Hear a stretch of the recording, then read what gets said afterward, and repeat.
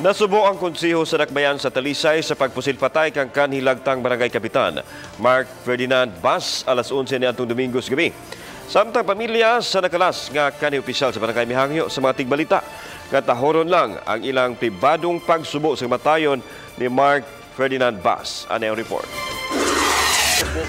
Nasubo si Vice Mayor Alan Bucao sa pagpusil-patay kang kanhi kapitan Mark Ferdinand Bas. Nahinaot si Bucao nga matapos ang pagpatay. Unang gibanhigan patay ang batanong konsehal sa Lagtang nga si Art Stephen Bas sa miaging Hulyo.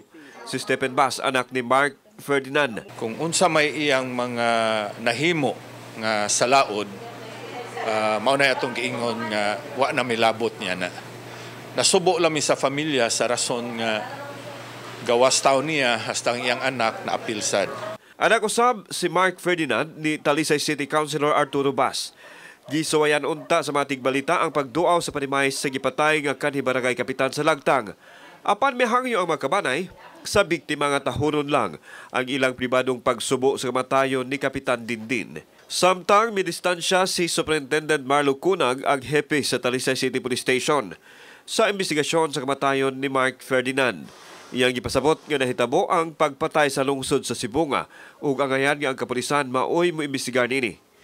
Gahapong adlaw miingon si SPO4 Darlene Banugon, Deputy Police Chief sa Sibunga Police Station, nga nakiglambigit na sila sa Talisay City Police kabahin sa kamatayon ni Mark Ferdinand Bas.